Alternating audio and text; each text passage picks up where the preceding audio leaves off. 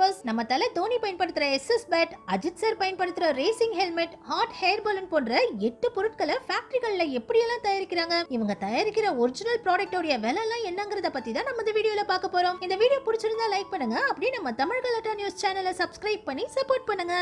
நம்ம முதல்ல பார்க்க போறது கிரிக்கெட் பேட். ஆங்கிலேயர்கள் கிரிக்கெட்டை கண்டுபிடிச்சிருந்தாலும் இப்ப நம்ம இந்தியன் டீம் தான் உலகத்திலேயே பவர்ஃபுல்லான டீமா இருக்குது. அதுலயே நம்ம தல தோனி கிரவுண்ட்ல கால வச்சாலே ஸ்டேடியம் எல்லாம் அதிர ஆரம்பிச்சிடும். ஆரம்பத்துல நம்ம தல தோனி பயன்படுத்தின இந்த எஸ்எஸ் பேட்டை நம்ம இந்தியாவுல உள்ள உத்தரப்பிரதேஷ்ல தான் தயாரிக்கிறாங்க. உலகத்திலேயே விலை உயர்ந்த பேட்டுகள்ல இங்கிலீஷ் வில்லா ட்ரீன்னு சொல்லப்படுற இந்த மரத்துல இருந்து தான் தயாரிக்கிறாங்க. இங்கிலாந்துல தான் இந்த மரங்கள் அதிகமா வளருது. எந்த மரம் ரொம்பவும் திக்காவும் வெயிட்லெஸ்ஸாவும் இருக்குதோ அந்த மரங்கள்ல இருந்து தான் விலை உயர்ந்த பேட்டுகளை செய்யறாங்க. அதிகமான காபி பிராண்ட்னு சொல்லப்படுற போலியான பேட்டுகளையும் நம்ம இந்தியாவுல தான் அதிகமா செய்றாங்க. இங்கிலாந்து வில்லா மரத்துக்கு பதிலா பாக்குறதுக்கு அதே மாதிரி இருக்கிற காஷ்மீர் வில்லா மரங்களை வச்சு போலியான பேட்டுகளை செய்றாங்க. இந்த ஒரிஜினல் எஸ்எஸ் பேட் இந்திய மதிப்புக்கு 70,000 ரூபாயில இருந்து 2 லட்சம் ரூபாய் வரைக்கும் விக்கிறாங்க. அடுத்தது டான்சிங் ஷூ. பெல்லி டான்ஸ் ஆடுறவங்களுக்கு அவங்க போடுற இந்த ஷூ ரொம்பவே முக்கியம். ஏன்னா இவங்க காலை தூக்கி இப்படி நிக்கும் போது இவங்க ஒழுங்கான ஷூவை மட்டும் போடலனா இவங்க கால் விரல்களே உடையறதுக்கு கூட வாய்ப்பு இருக்குது. ஒவ்வொரு முறையும் இவங்க டான்ஸ் ஆடுறதுக்கு முன்னாடி இவங்க ஷூவை தான் முதல்ல ப்ராப்பரா ரெடி பண்றாங்க.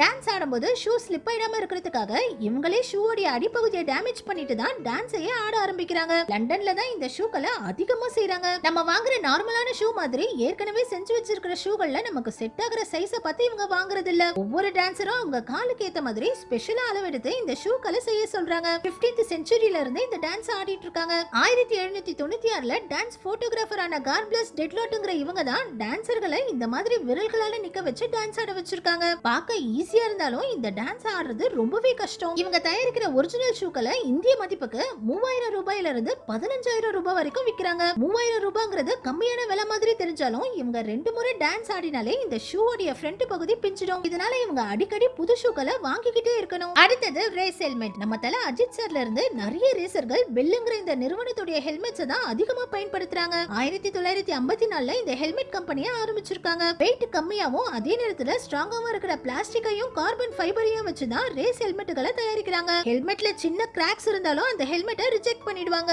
இப்ப வர ஹெல்மெட்டுகள்ல கம்யூனிகேஷனுக்காக வயர்லெஸ் ஸ்பீக்கரும் மைக்கும் கூட இருக்கும். ஒவ்வொரு ஹெல்மெட்டோட குவாலிட்டியையும் செக் பண்ணிட்டு தான் சேல்ஸுக்கு இந்த ஹெல்மெட்டுகளை கொண்டு போறாங்க. இந்த ஹெல்மெட்டுகளை இந்திய மதிப்புக்கு 1,20,000 ரூபாயில இருந்து 5 லட்சம் ரூபாய் வரைக்கும் கூட ஒரு ஹெல்மெட்டை சேல் பண்றாங்க. அடுத்தது ஹாட் ஏர் பலூன். இப்ப நம்ம சென்னையில உள்ள கோவளத்துல கூட இந்த ஹாட் ஏர் பலூன் ஷோவை நடத்துறாங்க. 1783ல இருந்தே மனிதர்கள் இந்த ஹாட் ஏர் பலூன்ல பறந்துட்டு இருக்காங்க. இந்த ஹாட் ஏர் பலூனை ஸ்ட்ராங்கான பாலிஸ்டர் நெய்லான் துணியில செய்றாங்க. இது மேல சிலிகான் கோட்டிங்க கொடுத்து அதிகமான வெப்பத்தை தாங்குற மாதிரி இத உருவாக்குறாங்க. ஒவ்வொரு துணியையும் முதல்ல ஸ்ட்ராங்கா இருக்கான்னு செக் பண்ணிட்டு தான் இந்த துணிகளை கட் பண்ணவே ஆரம்பிக்கிறாங்க. ஒரு பாராசூட்டுக்கு தேவையான முழுமையான துணியை சரியான அளவுல கட் பண்ணி முடிக்கிறதுக்கே 1 வாரம் வரைக்கும் கூட ஆகுமா. இதுங்களெல்லாம் ஒன்னா சேர்த்து தைச்சு முடிக்கிறதுக்கு 2ல இருந்து 3 மாசம் ஆகுமா. இதோட பர்னிங் சிஸ்டம் சூப்பர் ஹீட் காயில வச்சு உருவாக்குறாங்க. இந்த பேனர்களையும் செஞ்சு முடிச்சதுக்கு அப்புறம் ஏதாவது லீக்கேஜஸ் இருக்குதான்னு செக் பண்றாங்க. கடைசியா இதுக்கான பாஸ்கெட்டை கெயின்னு சொல்லப்படுற மரக்குச்சிகளையும் லெதரையும் வச்சு செய்றாங்க. இந்த ஹாட் ஏர் பலூனை இந்திய மதிப்புக்கு 32 லட்சம் ரூபாயில இருந்து 50 லட்சம் ரூபாய் வரைக்கும் கூட விக்கிறாங்க. அடுத்தது கல்ஃப் பேட். பொதுவாவே இந்த கல்ஃப் கேம் பணக்காரர்கள் விளையாடுற விளையாட்டுன்னு சொல்றாங்க. ஏன்னா ஒரிஜினலான ஒரு கல்ஃப் செட்டோட விலையே $50,000, இந்திய மதிப்புக்கு 43 லட்சம் ரூபாய். இப்ப வரைக்குமே இந்த கல்ஃப் பேட்டுகளை கையால தான் செய்றாங்க. மிஷின்களால இந்த பேட்டை பர்ஃபெக்ட்டா செய்ய முடியாதா. இந்த பேட் ரொம்பவும் ஸ்ட்ராங்காவும் ஃபிளெக்சிபிளா இருக்கணும்ங்கிறதுக்காக இதோட ஹேண்டில் கார்பன் ஃபைபரை வச்சு செய்றாங்க. நல்ல குவாலிட்டியான கார்பன் ஃபைபர்களை இப்படி ஒண்ணுக்கு மேல ஒன்னு ரோல் பண்ணி இதோட ஹேண்டில் உருவாக்குறாங்க. இதோட ஹெட் தான் ரொம்பவும் முக்கியங்கிறதுனால இதோட ஹெட் டைட்டானியமையும் உட்டையும் வச்சு செய்றாங்க. இத கரெக்ட் வெயிட்டுக்கும் டிசைனுக்கும் கொண்டு வரதுக்காக கையால ஸ்கிராட்ச் பண்ணி தான் இதோட வெயிட்டை குறைக்கிறாங்க. பல டெஸ்ட்களுக்கு அப்புறம் தான் இந்த பேட்டை சேல்ஸுக்கே அனுப்புறாங்க. இவங்க உருவாக்குற பேட்டுகள்ல நிறைய பேட்டுகள் டெஸ்டிங் ஸ்டேஜ்லயே ஃபெயில் ஆயிடுமா. அந்த மாதிரி ஃபெயில் ஆகுற பேட்டுகளை இவங்க சேல் பண்ணாம தூக்கி போட்டுறாங்க. இவங்களோட ஃபுல் டெஸ்டிங்ல எந்த பேட் பாஸ் ஆகுதோ அந்த பேட்டுகளை மட்டும் தான் இவங்க சேல் பண்றாங்க. அடுத்தது லாக்ரோஸ் ஸ்டிக். இப்ப நம்ம விளையாடுற கிரிக்கெட்டுக்கெல்லாம் ஆரம்பமே டென்சுக்கு பேஸ்ங்கிற இந்த கேம் தான். மனிதர்கள்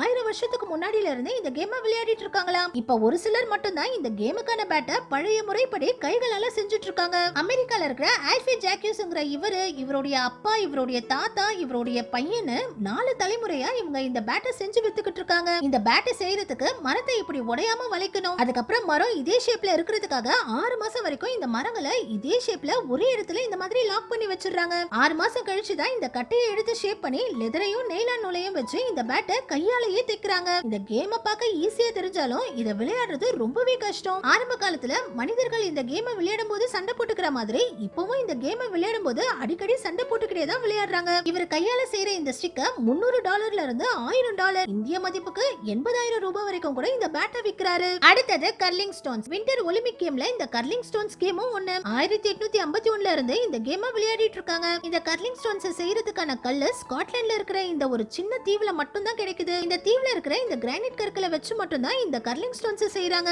இந்த கல்லை எடுத்துட்டு வந்து கட் பண்ணி சரியான வெயிட்டுக்கு இத கொண்டு வந்து இந்த கல்லை பாலிஷ் பண்றாங்க. இதுக்கு மேல ஹேண்டில ஃபிக்ஸ் பண்ணி இந்த கர்லிங் ஸ்டோனை சேல் பண்றாங்க. இப்ப வரைக்குமே கனடா தான் இந்த கேம்ல பவர்ஃபுல்லான டீமா இருக்காங்க. இதுல ஒரு ஸ்டோனையே $600க்கு விக்கிறாங்க. ஒரு டீமுக்கு 16 ஸ்டோன்கள் தேவைப்படும். இந்த 16 ஸ்டோன்களையும் $9,600 இந்திய மதிப்புக்கு 8,27,000 ரூபாய்க்கு விக்கிறாங்க. நம்ம கடைசியா பார்க்க போறது ஷட்டில் காக். நம்ம இந்தியாவுல உள்ள வெஸ்ட் பெங்கால்ல தான் உலக தரம் வாய்ந்த ஷட்டில் கார்க்குகளை செய்யறாங்க. முதல்ல வெள்ளை கலர்ல இருக்கிற பறவை ரெக்கைகளை சுத்தமா கழுவி கிளீன் பண்றாங்க. அதுக்கப்புறம் இதுங்களை நல்லா காய வைக்கிறாங்க. நல்லா காஞ்சதுக்கு அப்புறம் ஷட்டில் காக் செய்யறதுக்கு தகுதியான ரெக்கைகளை மட்டும் பிரிச்சு எடுத்து இப்படி 2 பீஸா கட் பண்ணி அதுக்கப்புறம் இதை இந்த மாதிரி ஷேப்பா கட் பண்றாங்க. இதோட காக்ல 16 ஹோல்ஸ் போடுறாங்க. ஒவ்வொரு ஹோல்ஸ்லயும் ஒரு ரெக்கன்னு கம்ம போட்டு ஒட்டி நூலால கட்டுறாங்க. ஃபைனலா நூலுக்கும் கம்ம போட்டு ஒட்டிட்டு இது கரெக்டான வெயிட்ல இருக்கான்னு செக் பண்றாங்க. வெயிட் கம்மியா இருந்தா ஆணி அடிச்சு இதோட வெயிட்ட பேலன்ஸ் பண்றாங்க. ஓகே வியூவர்ஸ், இதுல உங்களுக்கு பிடிச்ச கேம் எதுங்கறத கமெண்ட்ஸ்ல சொல்லுங்க. இந்த வீடியோ பிடிச்சிருந்தா லைக் பண்ணுங்க. அப்படியே நம்ம சேனலையும் சப்ஸ்கிரைப் பண்ணி சப்போர்ட் பண்ணுங்க.